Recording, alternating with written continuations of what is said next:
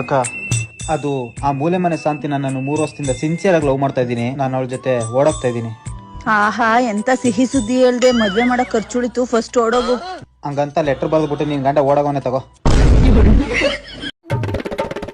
ಯಾಕೆ ಅನುಮಾನದಿಂದ ನೋಡತ್ತೀರಿ ವೈನಿ? ಇನ್ನೂ ಕನ್ಫರ್ಮ್ ಆಗಿಲ್ಲ ನಿಮಗೆ. ಕುಂದ್ರಿ ವೈನಿ ಹೇಳ್ತಾನೆ.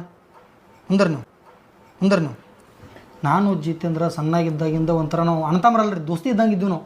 ಹತ್ತತ್ರ ಇಲ್ಲಂದ್ರು ಎಷ್ಟು ವರ್ಷ ರೀ? 28 + 32. 20 ವರ್ಷ ಆಯ್ತು ನೋಡ್ರಿ. ಈಗ ನಂದು ಅವಂದ ಹಂಗೆ ಮಾತು ಕಟ್ಟಾಗಿ 20 ವರ್ಷ ಆತ.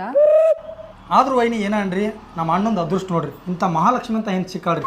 ಹಂಗಲ್ಲಪ್ಪ, ಮದುವೆಯಾಗಿ 1 ವಾರ ಅಷ್ಟ ಚಂದ ಇದ್ವಿ. ಆಮೇಲಿಂದ ಏನ್ ನಡಿಲಿಕತ್ತ ನನ್ನ ಜೀವನದಾಗ ಅಂತ ನಂಗೆ ಗೊತ್ತಾಗವಲ್ತ. ಯಾಕ್ರಿ ನೀವು ನನಗತ್ತೆ ಮಾತಿಗೆ ಬಿಟ್ರೆ ನಮ್ಮ ಜೋಡೆ? ಹೌದು, ನಿನ್ಗತೆ ಮಾತು ಬಿಟ್ಟು ಎಷ್ಟು ದಿನ ಆಯ್ತು ನಾನು. ಅಯ್ಯೋ ಮತ್ತೆ ಯಾರ ಜೋಡೆ ಮಾತಾಡ್ತಾನ್ರಿ ಅವ?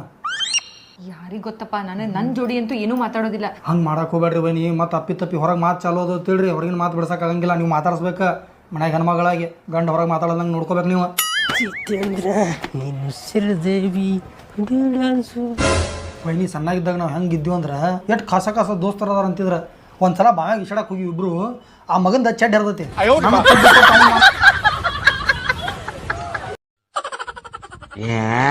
ನನಗಂತರೂ ದೋಸ್ತ ಓದಾಕ ಮನಸ್ಸೇ ಬರಂಗಿಲ್ಲ. ಆದ್ರೆ ನಾ ರಾತ್ರಿ 12 ತನಕ ಓದ್ತೀನಲ್ಲಣ್ಣ. ಹಾ, ಮತ್ತ ಸ್ಟಾರ್ಟ್ ಯಾವಾಗ ಮಾಡ್ತಿ? 11:55.